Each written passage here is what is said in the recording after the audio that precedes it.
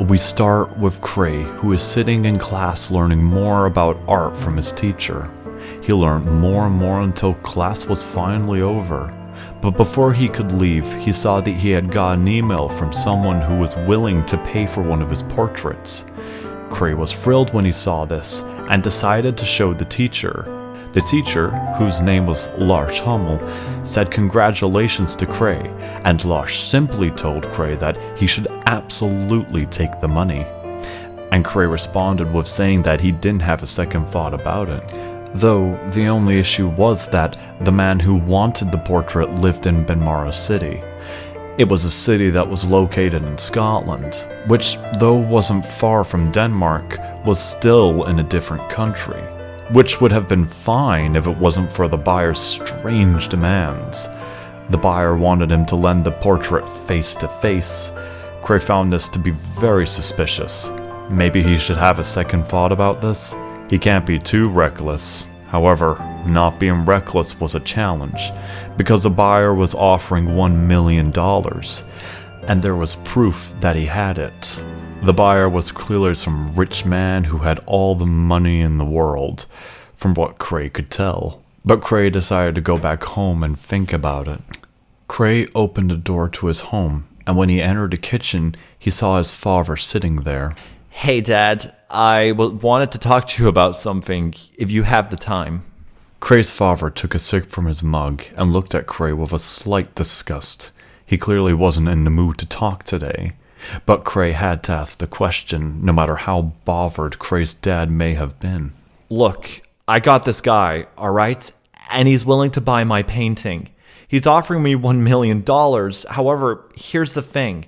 He's only willing to buy it if I give it to him face to face. And he lives in Scotland. So I was wondering if I could ask for permission to go to Scotland. Just before Cray could finish his sentence, Arnold put up his hand and looked at Cray with a face of pure judgment, as if the idea of Cray going to Scotland was outrageous.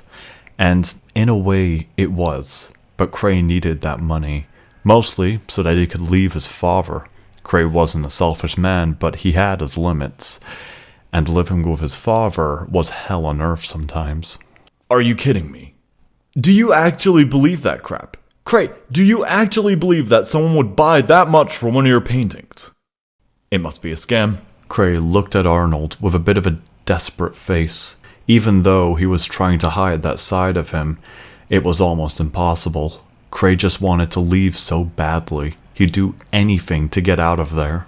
Listen, if I can get the money... Well, you clearly can't. Cray, you're being scammed.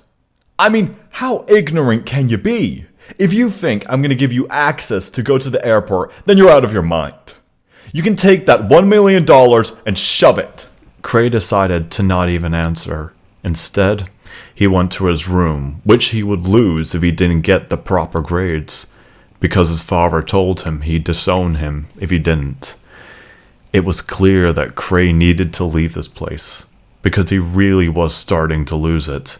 And heck, if he really was being scammed, then he wouldn't even mind too much. It would mean more time without his dad. All this thinking gave Cray a devilish idea. If he took his father's bank card and paid for the plane ticket behind his back, everything would work out for him. It was worth a shot at least. And at this moment, Cray really felt like he had nothing else to lose in life, at least mentally. And so Cray did it. He stole his dad's credit card and booked the ticket at night. The plane would be leaving next morning, so it was the perfect time to run off. And so, Cray bashed the door open, and he thought to himself about how amazing it would be to be offered a life where he could live alone and happy. Maybe even earn a few new friends. It was a chance of a good life, and Cray became extremely hopeful for once. And luckily, Cray's English was actually really good. He had a talent for speech, that was one thing. He went into the airport and into the plane and got transported to Scotland. After that, he took a bus and arrived at the Benmara City bus station.